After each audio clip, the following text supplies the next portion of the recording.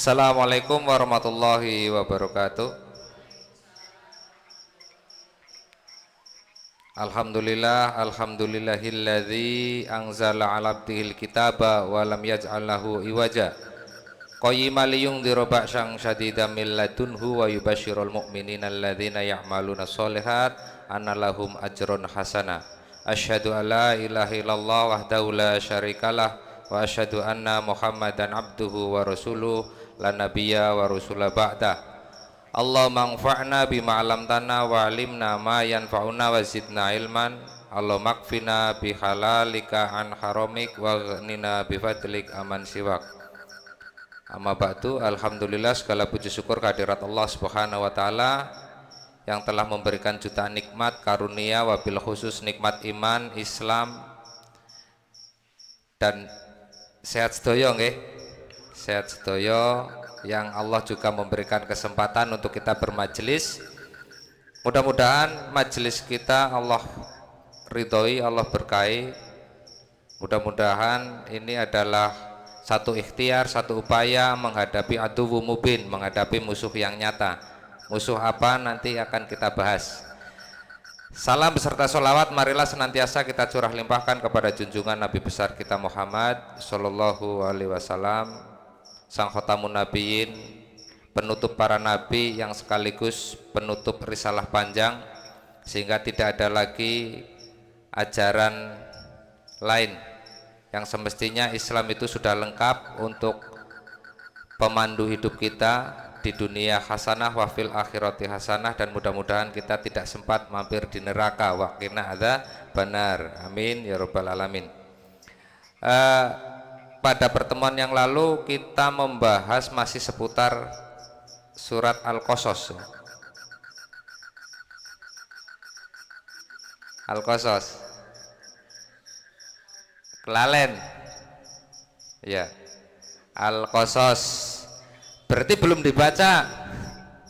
Artinya saja ya. Saya menginginkan artinya saja. Kelalen. Berarti ditugaskan lagi saja. Cuma 6 ayat, 76 sampai dengan 82. Maksudnya ben kelingan. Itu kisahnya Korun. Ya, kisahnya Korun.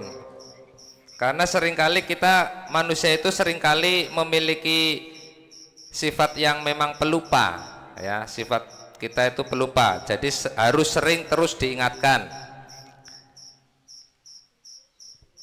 Jadi belum ditadaburi, sudah dibaca belum ditadaburi. Maca tok kan udah.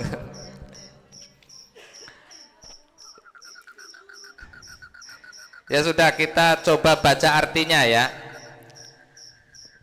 Monggo dipun buka. Sebelum saya nanti minta waktunya untuk membahas persiapan Sya'ban dan Ramadan. Mari kita membuka Al-Qasas 28, surat ke-28. Ayatnya 76. Kita mulai dari 76.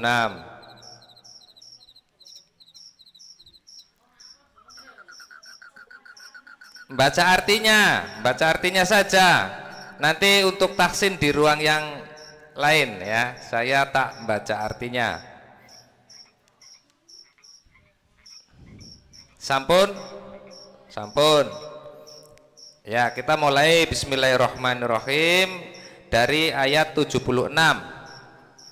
Langsung ke artinya saja, biar yang terpenting mudah-mudahan Al-Quran itu bisa menjadi hudalil muttaqin. Selain menjadi qara'a yaqra'u Qur'anan, Al-Quran juga sebagai panduan hidup ya. Nah ini Al-Qasas ini kisah-kisah. Nah, 76 sampai 82 adalah kisahnya Korun. Kenapa ini penting? Karena aduwwu mubin. Aduwwu mubinnya kayaknya sekarang di persoalan harta. Nah ini di ayat 76 Allah berfirman, sesungguhnya Korun termasuk kaum Musa. Dalam satu riwayat Korun itu sepupunya Nabi Musa. Tetapi dia berlaku zalim terhadap mereka, dan kami telah menganugerahkan kepadanya perbendaharaan harta yang kunci-kuncinya sungguh berat dipikul oleh sejumlah orang yang kuat-kuat. Ingatlah ketika kaumnya berkata kepadanya, janganlah engkau terlalu bangga, sungguh Allah tidak menyukai orang yang membanggakan diri. Jadi kalau tujuan kita memiliki harta hanya untuk bangga-banggaan, ujungnya saja sudah di stop sama Allah. Allah tidak suka orang yang membanggakan diri. Ini wanti-wantinya ada beberapa ini Allah ke kita ya. Kita lanjut yang ke-77. Dan carilah pahala negeri akhirat dengan apa yang telah dianugerahkan Allah kepadamu. Tapi janganlah kamu lupa bagianmu di dunia, dan berbuat baiklah kepada orang lain sebagaimana Allah telah berbuat baik kepadamu. Dan janganlah kamu berbuat kerusakan di bumi, sungguh Allah tidak menyukai orang-orang yang berbuat kerusakan. Nah, ini juga banyak sekali wanti-wantinya. Kemarin kita bahas ya ayat 77-nya. Jadi yang sudah diberikan kepada kita apa saja sama Allah kan banyak banget ya. Karena di sini kan wabtaghi fima ataqallah darul akhirah. Carilah atau kejarlah negeri akhirat, negeri kekalmu dengan apa yang telah Allah berikan kepadamu. Kita diminta mengejar negeri akhirat dengan yang sudah diberikan Allah kepada kita. Lah Allah sudah memberi apa saja ke kita? Banyak. Sehat, rezeki, anak putu. Nah, oke. Bojo. Ya. Semestinya kan itu menjadi kendaraan kita untuk mengejar negeri akhirat. Lah, salah satunya apa yang sudah dijadikan kendaraan untuk mengejar negeri akhirat? Satu saja. Salat. Kan Allah sudah berikan sehat. Sehatnya sudah untuk ngejar akhirat atau belum?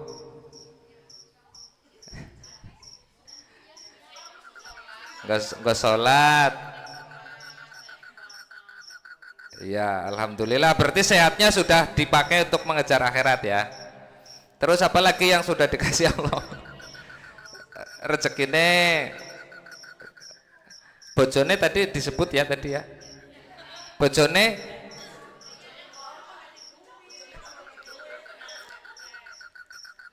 ya, bojonya kan bisa digunakan kendaraan menuju ke akhirat ya. Tinggal kena wedang, sabar.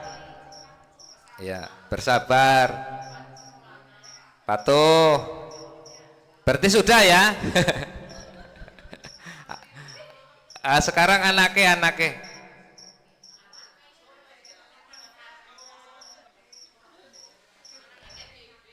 Anaknya dididik. Oke.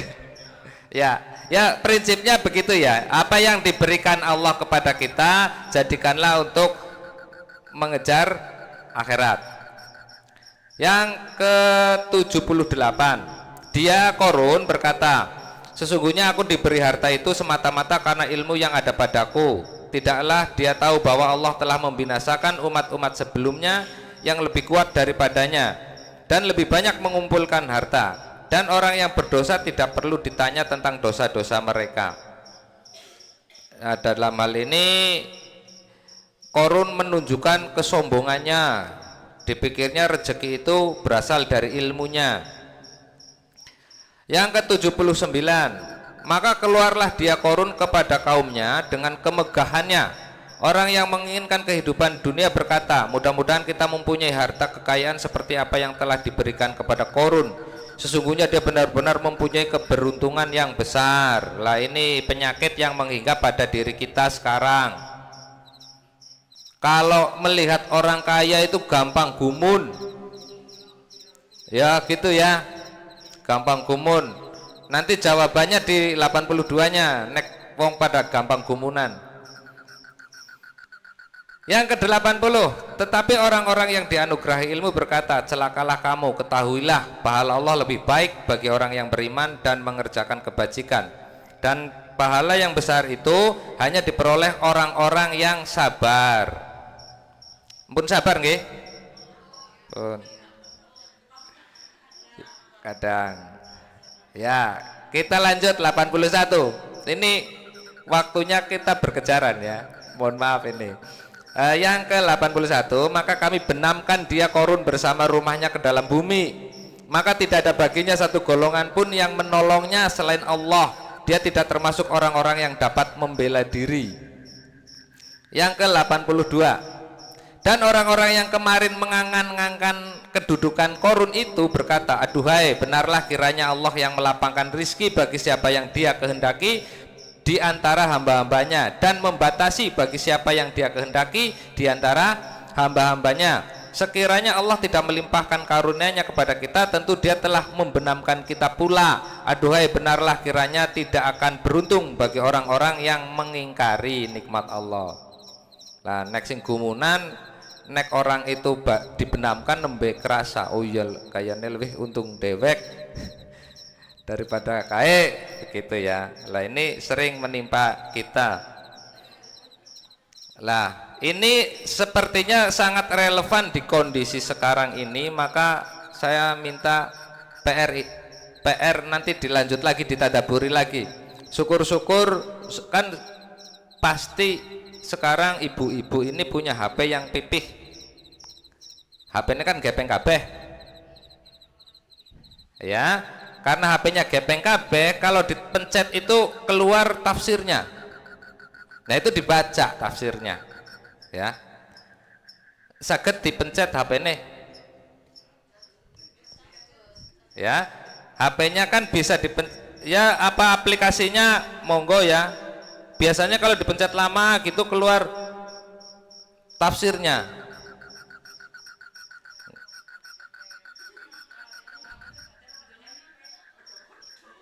Nah, misal di sini ada Ibnu Katsir, atau misal ini kan ini mohon maaf, ini saya bertugas menjadi MPI ya, Majelis Pustaka dan Informasi ini. Tak nyenggol-nyenggol dikit karena ini tanggung jawab kami. Saya harus memastikan ini NA sudah masang aplikasi masa atau belum. Malah orang ngerti acan, Masya Allah, ngerti apa acan ya. Nanti masa Muhammadiyah, ini aplikasinya Muhammadiyah masa MASA. Di sini ada sholat, ada Al-Quran, ada arah kiblat, ada doa-doa, ada KHGT, ada EKTM yang belum punya KTAM, ya. Kemudian ada iuran dan lain-lainnya. Nah, ini logonya seperti ini, logonya bunder. Nah, ini semua informasi bisa diakses di sini, jadi tidak gagap, ya. Slogannya kan beragama yang berkemajuan gitu ya. Lah kok orang maju-maju sih priwe gitu.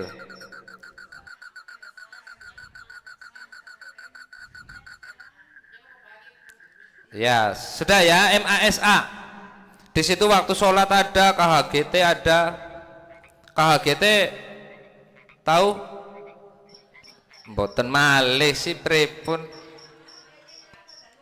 KHGT, K kalender, H hijriyah, G global, T tunggal. Jadi kita menginisiasi adanya persatuan dan kesatuan melalui waktunya dulu, waktu dulu. Lah ini masih terus kita perjuangkan agar terjadi kekompakan di seluruh dunia menggunakan kalender hijriyah global tunggal. Dan di sini banyak pakar-pakar kita yang terus menggodok sampai mateng ya. Bahkan kita sudah menetapkan sebelum yang lain menetapkan Ramadan. Insya Allah Ramadan kita akan jatuh pada hari Atau kalau lupa harinya tanggal 18. Sudah clear ya, hari Rabu, ya kayaknya Rabu tanggal 18. Jadi kalau kita punya aplikasi masa, urusak akan takon maning, kari ngeklik baik klik, ada keterangannya gitu ya. Oke, itu yang perlu saya sampaikan dan ini penting. Selanjutnya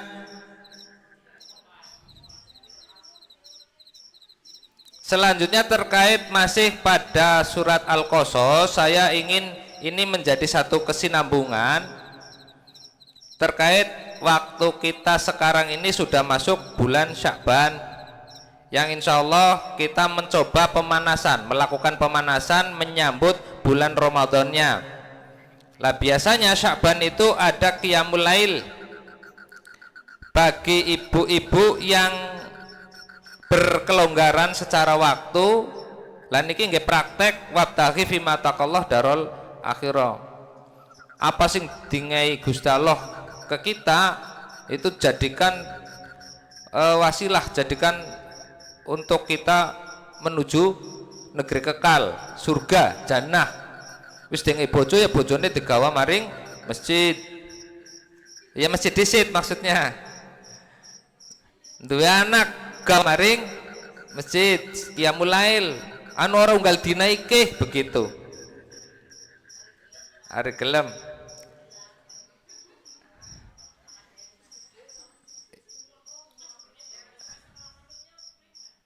Ya.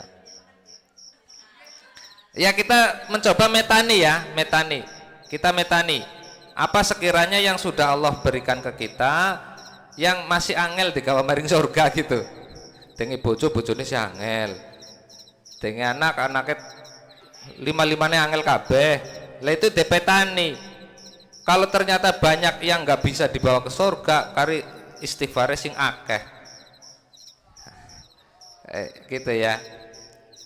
Depetani itu turut siji. Lah ini terkait dengan Sya'ban, kita insya Allah akan qiyamul lail. Monggo bagi yang berkelonggaran silahkan ikut kesempatan ini ya. Yang insya Allah akan diimami. Ini saya sedang menghubungi para santri untuk mengimami kita, sing bacaannya kepenak, yang hafalannya juga banyak, sehingga kita khusyuk dalam melakukan qiyamul lail. Selanjutnya yang kedua itu terkait informasi tentang Ramadan.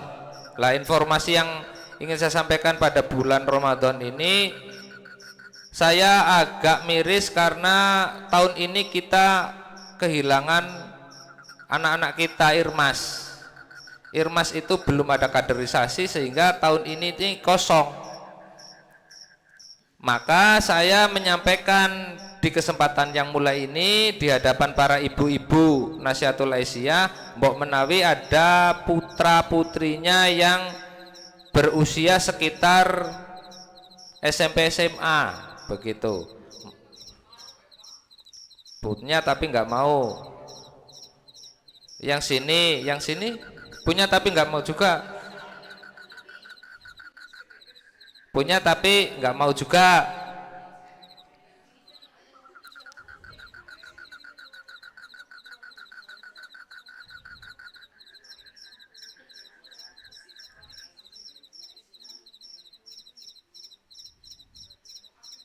Bagaimana?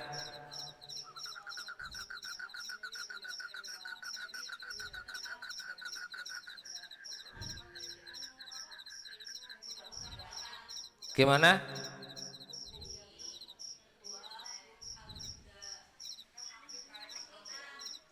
Saya itu sudah ngubungi, responnya lambat. Makanya saya menggunakan ibu-ibunya ini.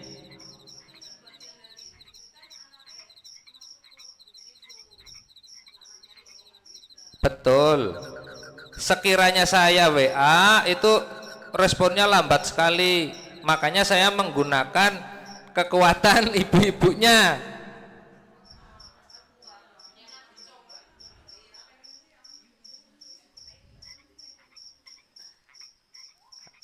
Ya, lanjut ya.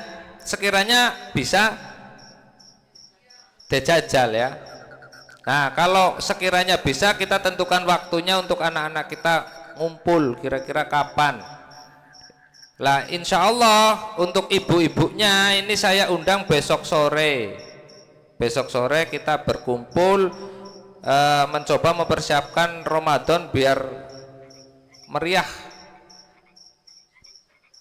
Sorenya ba'da asar lah, ba'da asar kita berkumpul sekiranya apa aja nih usulan dari ibu-ibu Nasihatul Aisyah untuk mengisi Ramadan. Ada satu hal yang ingin saya sampaikan terkait dengan Ramadan, Syahrul Quran ya. Kita kenal dengan Syahrul Quran. Sebelum saya lupa ini, biasanya nek maos Quran itu setiap bulan Ramadan balapan khatam atau bagaimana? Ya biasanya kan khatam ping pira begitu kan. Nah, kebiasaan kita gimana? Memilih yang akeh-akehan khatam atau sedikit tapi paham, atau yang mana modelnya? Atau malah enggak dua-duanya?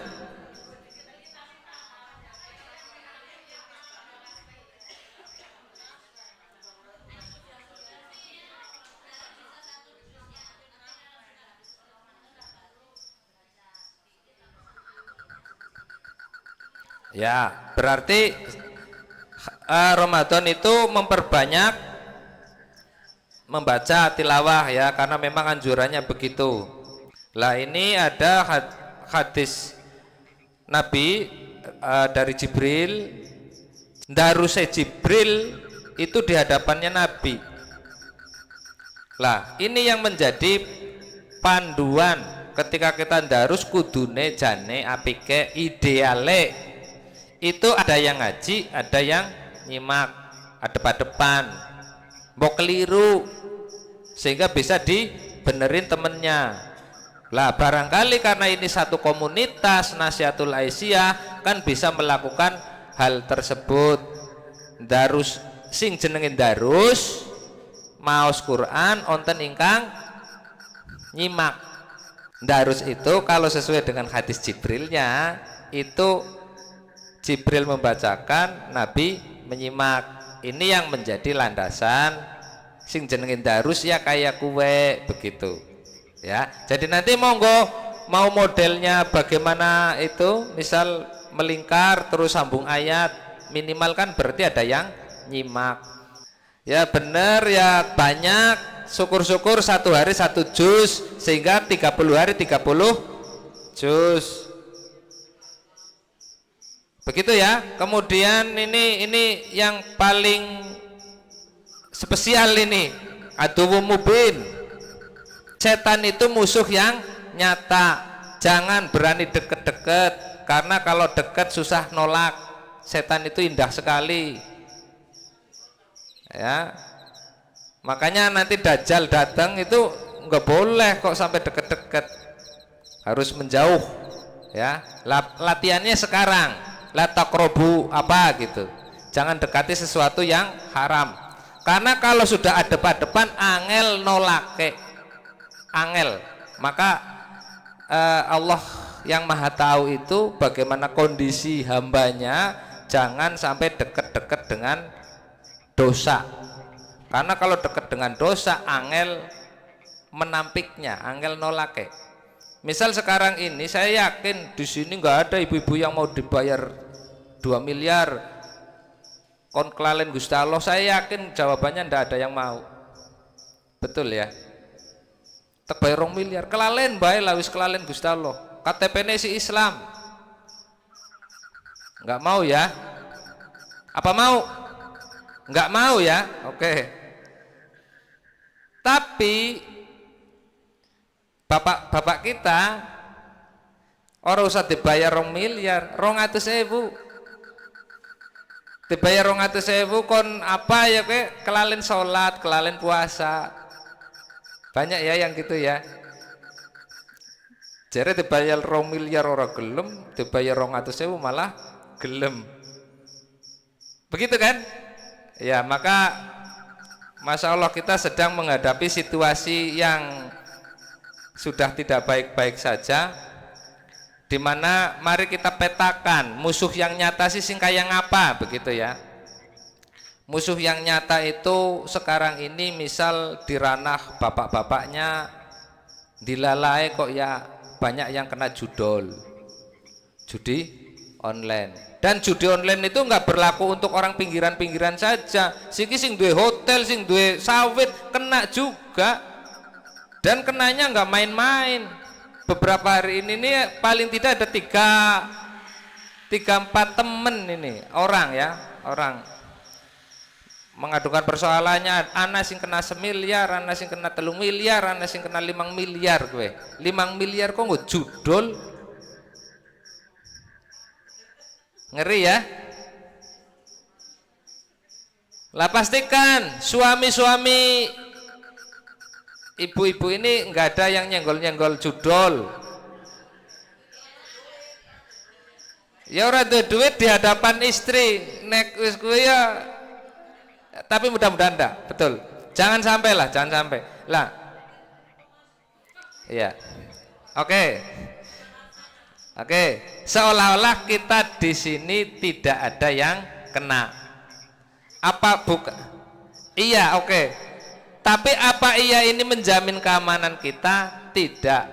Seringkali sing jenenge dosa kue yang melakukan satu tapi yang kena banyak. Ya, bencana alam ini kan yang melakukan dosa bukan orang-orang Aceh, orang-orang Medan, orang-orang mana Riau, Sumatera Barat ya. Yang melakukan kan bukan mereka-mereka, tapi yang kena dampaknya kan mereka. Pun sama ketika pemain judol, sing dolanan dheweke, sing rugi akeh wong. Ana sing diutangi bablas gitu ya. Iya kayak gitu-gitu. Dan di Losari sudah ada kan begitu ya. Nggak usah nyebut ABC nih, pokoknya intinya nang Indonesia bagian Losari ada banyak. Lah ini aduwwum mubin, musuh yang nyata. Kalau musuhnya nyata ditembak kena enggak? Boleh enggak? Kan musuh. Kalau lagi perangan ditembak ya, boleh jane. Tapi sistem kita menjebak kita untuk tidak boleh menembak. Sing nembak sing hukum. Jadi ruwet gitu. Ini musuh nyata bagian pertama. Bagian kedua musuh yang nyata adalah penanggulangan narkoba. Anaknya nyongsi ora, wis saya tahu jawabannya.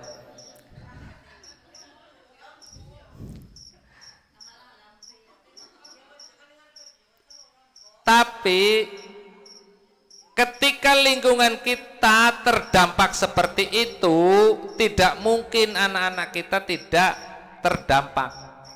Kalau sudah terdampak lingkungannya ya, anak kita tetap bersih itu agak sulit. Maka jadikanlah hal ini juga aduwwum mubin, musuh yang nyata. Jangan anaknya nyong ora iki. Mari bersama-sama begitu. Kita ini sedang berhadapan-hadapan dengan musuh yang nyata. Kita ini lagi ngapain? Hidup kita itu ngapain? Kan begitu ya. Misal musuhnya nyata nih. Ramane kena judol, anaknya kena narkoba, ibunya ora kena. Kenapa? Nyong arep ora nyebut sing bagian ibu-ibu lah, mbok tekroyok. Musuh nyatanya ibu-ibu apa?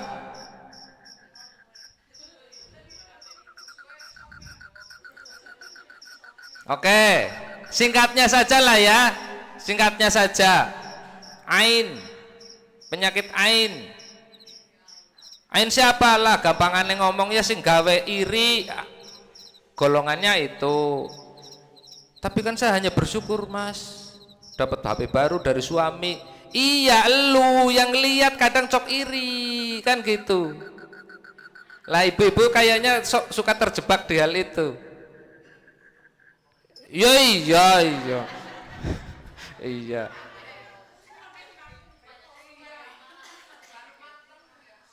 Ya. Ya kayak gitu. Lah, karena pengajian Muhammadiyah itu dakwahnya mestinya bilhal, dakwahnya yang otentik gitu ya, nggak hanya wacana-wacana. Saya menginginkan kajiannya Muhammadiyah itu ya mengajak berpikir sekaligus bertindak, karena harokatul Islamiyah, amar ma'ruf nahi mungkar, katanya Muhammadiyah kan begitu. Kita ngapain selama ini gitu ya, kita ngapain?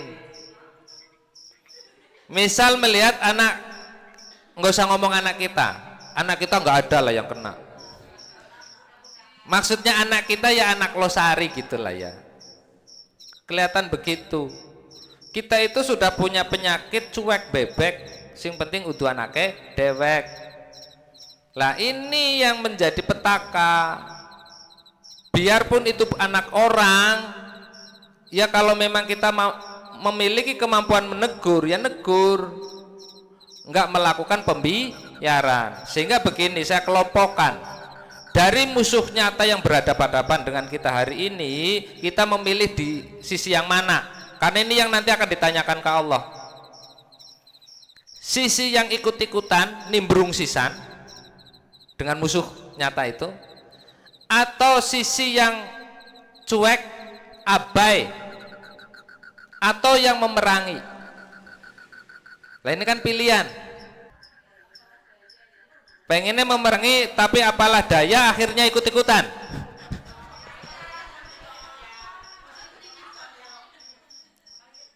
Ya, ya itu ya. Monggo lah.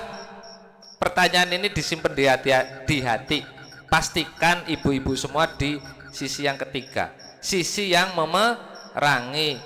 Pokoknya biarpun urung tayang apa-apa, mendoakan, mengingkari bahwasanya itu perbuatan yang harus betul-betul dicegah, misal seperti itu. Jangan sampai malah mengamini, wong zamanis kayak gue sih, ndak ada urusannya, zaman-zaman apa, gitu ya.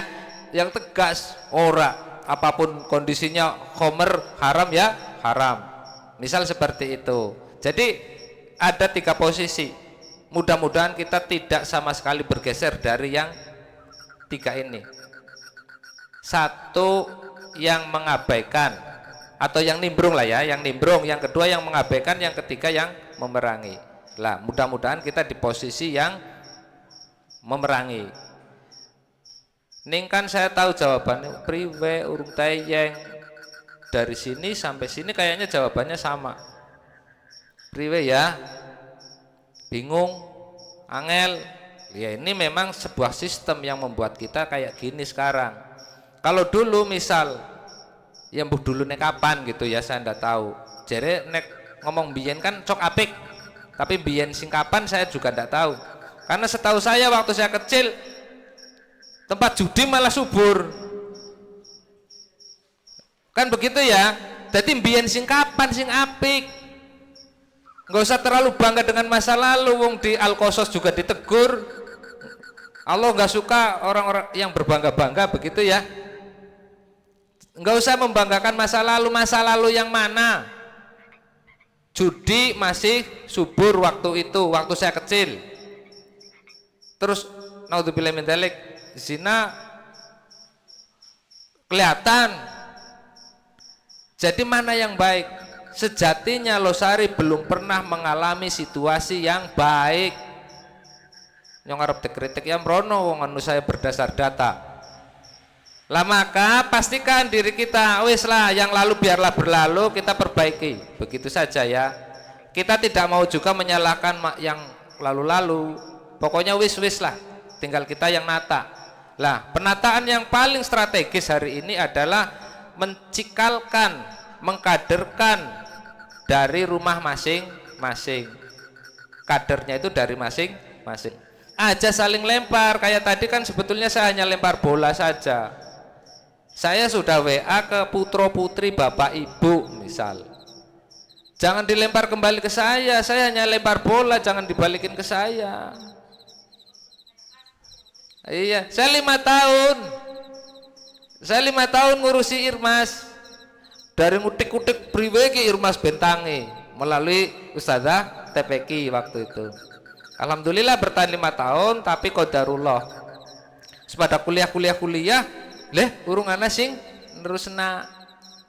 Lah, ini kan butuh peran ibu-ibunya ini. Sekali-kali mandante gitik. Ada satu hal yang sangat mencolok yang saya amati selama 5 tahun ini. Karena memang education based on fitrah, pendidikan yang berdasar fitrah itu memang mestinya harus lengkap. Sosok ayah mungkin dia ndak galak, tapi ketegasannya nggak bisa terwakili oleh ibunya. Lah ini yang mungkin di desa kita kurang. Ramane merantau pirang bulan, bali minggu ora gelem juga rubesi anake. Ngomongnya wis kesel ke rumah make misal. Lah akhirnya si anak nggak pernah tahu ketegasan seorang ayah. Begitu ya. Bisa dimaklumi ini. Bisa dirasakan.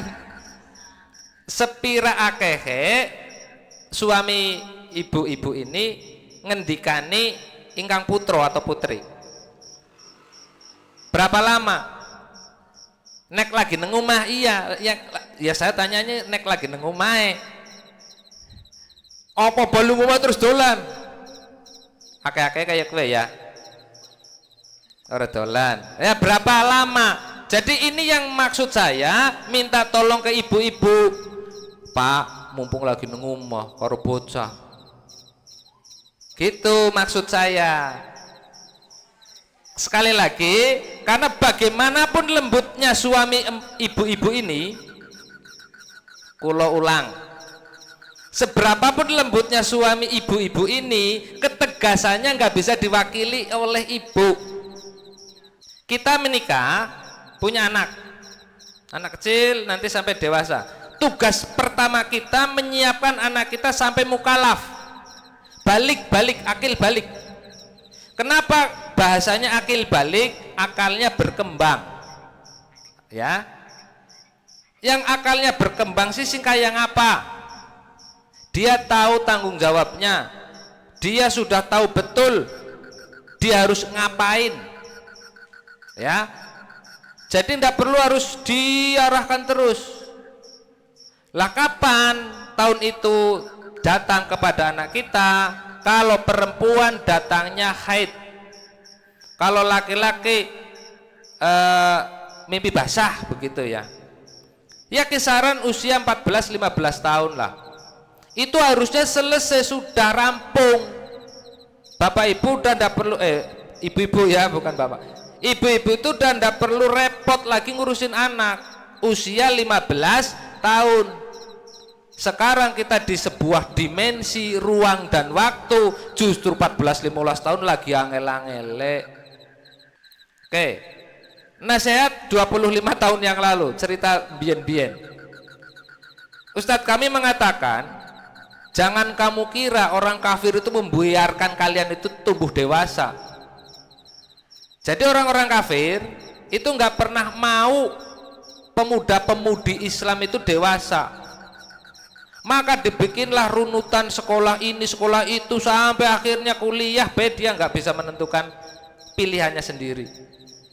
Nggak dewasa. Bojo ya isi ngrubesi wong tua. Lah terus kalau bojo saja ngrubesi wong tua, lah dia gimana mau dirubesi anak? Nggak pernah dewasa anak-anak kita. Ini harus dipahami. Kenapa mereka ketakutan betul kalau Islam sampai bangkit lagi? Tahu waktu Islam lagi jaya? Saya kasih tahu sedikit. Nate mireng Umar bin Abdul Aziz. Kemarin saya ceritakan di sini. Umar bin Abdul Aziz, cicitnya Umar bin Khattab. Diurutkan ya. Umar bin Abdul Aziz, binnya Marwan, ibunya Laila.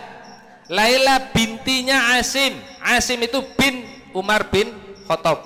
Jadi cicit ya, buyut. Umar bin Abdul Aziz diangkat menjadi gubernur usia berapa kira-kira? 14 tahun, 15 tahun. Al-Fatih diangkat menjadi khalifah usia berapa? 15 tahun juga.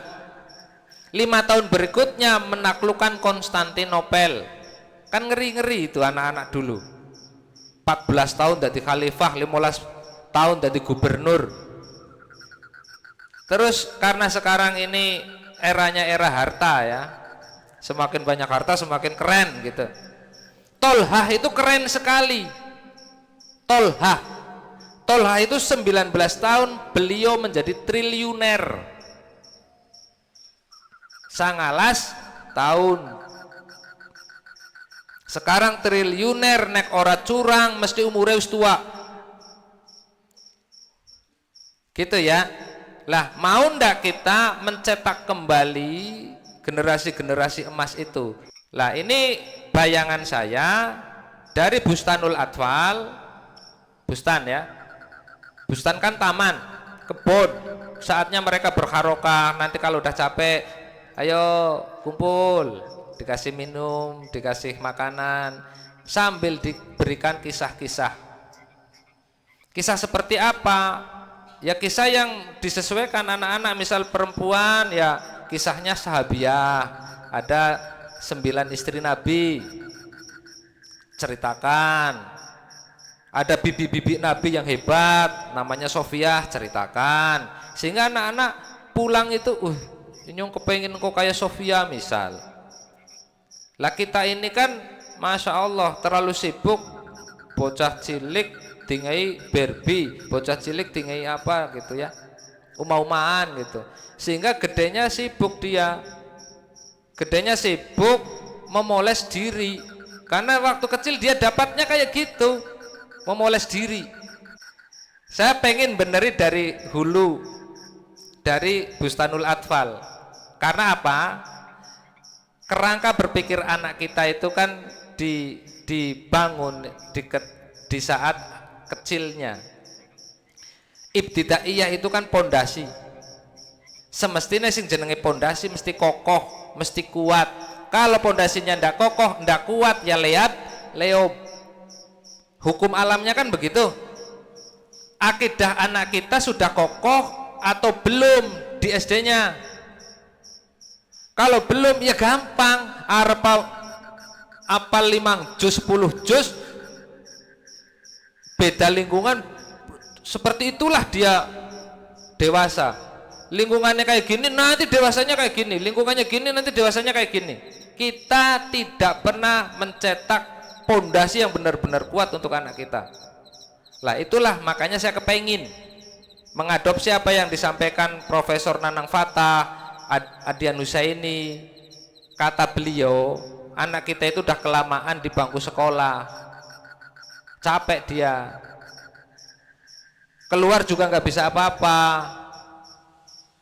Ini bukan saya menyuruh ibu-ibu mengeluarkan anaknya dari sekolah ya, tapi yang penting itu dicermati intinya. Kalau saya bangun sekolahan, ya bukan bangun secara fisik tok. Fisiknya nu gampang, neng masjid bisa. Bustanul Atfal 2 tahun, dimatangkan, diselesaikan masa harokahnya, bergeraknya rampung disit. Karena sebentar lagi mau masuk ibtidaiyah, utek sing wis mulai tenang, hatinya wis mulai ketata. Ini penting sekali untuk menginstal akidahnya.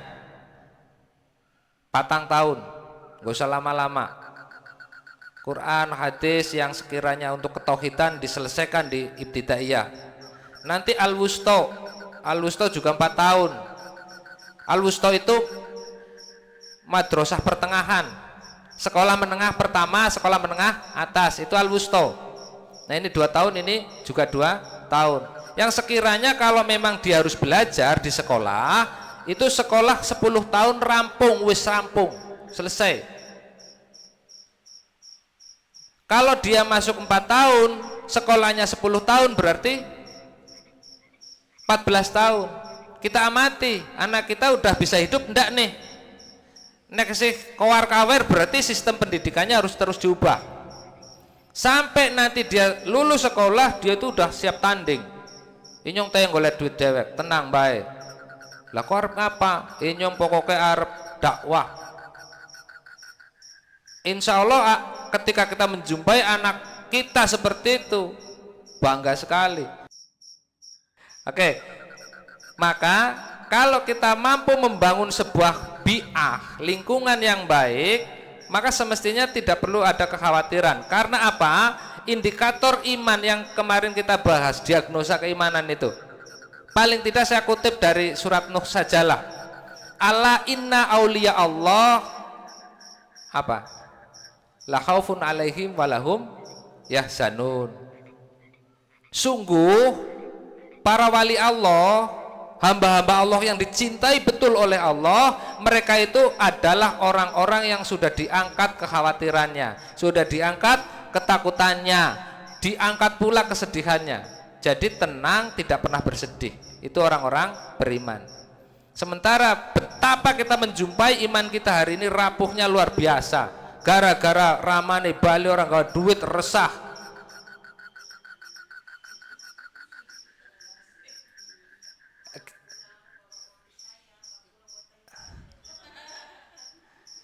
Lah terus kalau kita masih memberhalakan benda yang tampak itu, kapan kita bisa bahagia? Pantes aja pengajian kosong. Padahal tiap mukodimah kita harus bersyukur atas nikmat iman dan Islam. Jebulan orang ngerti nikmatnya iman, ya bener. Iya gitu. Padahal Masya Allah ya, ini saya kasih perbandingan. Semisal bapak lagi, ibu-ibu ini disuguhi apel, apelnya merona lah, kayaknya seger banget, jebulan udah dilapisi lim, ya kayak zaman sekarang kan apel-apelnya jadi dilapisi lilin atau lim ya, ya meling kelihatan seger gitu. Atau lebih menyukai apel yang mungkin tampak boleren begitu, tapi lebih menyehatkan. Sekiranya kalau suruh milih, itu milih yang mana? Pilihannya yang menyehatkan. Tapi kenapa yang laris tetap yang kenapa? Apa otak kita udah nggak sehat? Gitu ya. Lah saya hanya ingin menyampaikan, kita itu pada titik nadir kebodohan puncak, kejahiliahan puncak. Jere milih kiye tapi ngelakonine kiye, kan gitu ya. Pengennya sing menyehatkan, jebule sing dipilih sing apik, sing orang menyehatkan, kan gitu. Kepengennya bahagia, menempuh jalan-jalan yang tidak membahagiakan, iya kan? Begitu ya. Padahal yang membahagiakan itu sederhana banget, cukuplah bergantung sama Allah. Kita memiliki 3 fase kehidupan yang paling besar di hidup kita. Yang pertama, kelahiran kita. Sudahkah kelahiran kita itu diopeni secara Islam apa belum? Kayaknya urung, berarti lewat masa ini. Kemudian masa pernikahan kita. Sudahkah pernikahan kita didampingi oleh orang yang ngerti agama, diatur menjalani sesuai dengan kaidah agama apa enggak? Kayaknya ya lewat maning. Urung ya, urung patia lewat. Yang ketiga, kematian. Karena cuma 3 ini fase yang paling besar dalam kehidupan kita. Lahir nganti bojo kelalen nggone beragama. Lah apa iya nikah sampai mati kelalen arep beragama maning? Ndak lah ya, mudah-mudahan tidak. Untuk akhir ini saya mau cerita mandan rahasia, tapi jangan dibilang-bilang ya. Rahasia gitu. Banyak mata ya. Jadi kemarin saya pulang dari Jakarta. Pulang dari Jakarta capek sekali karena saya nyetir. Satu ketika cara-carane inyong turu. Tidur ya, tidur. Istri saya juga sedang tiduran. Ini ki rahasia ki. Nah, saya bilang lagi ya karena capek sekali tadi. Si rambutmu putih, saya bilang begitu sama istri saya. Kayaknya anding wingi kue dewek turu, turun kita tidur, rambutmu ora kayak gitu. Akhirnya kita tahu dengan guyonan itu, waktu itu memang terlampau singkat, ya waktu itu terlampau singkat, sehingga nggak usah memperbanyak perbedaan lagi. Sing maksudnya perbedaan gawe ricuh itu loh, nggak usah. Wis kau wis gawe nyong kesel suwe iki. Saya bilang begitu, ya istri saya hanya guyon-guyon saja. Wis arep mau apa? Lah kayak gini. Masya Allah, ya Allah. Kalau misal inyong lagi bangga banget happy ya, bahagia, terus kok anak malaikat lewat, Masya Allah istriku ternyata kita harus pisah. Tapi pastikan ya nanti kita ketemu nih di pintu surga. Indah sekali kan yang begitu. Lah wis aja komunikasi sing terlalu keras udah. Iya yang lunak saja lunak. Wis apa liki lah watake suami masing-masing ya. Wis lah. Jadi gitu nanti kalau lagi mau gaduh lagi, wis jere aku mau ya. Gitu saja ya. Udah pokoknya ayo mari kita lembutkan hati sehingga mudah-mudahan ketika nanti kita memang pada masanya ya Tuhan nafsul mutmainnah irji'i ila rabbiki radiyatan mardiyah fadkhuli fi ibadi wadkhuli jannati. Mudah-mudahan Allah lembutkan hati kita semuanya, nanti kita Allah panggil langsung ke jannahnya. Begitu ya. Amin. Cekap nggih? Mohon maaf segala kurangan. Nasru minallah wa fathun qarib wa basyiril mu'minin billahi taufiq wal hidayah. Wassalamualaikum warahmatullahi wabarakatuh.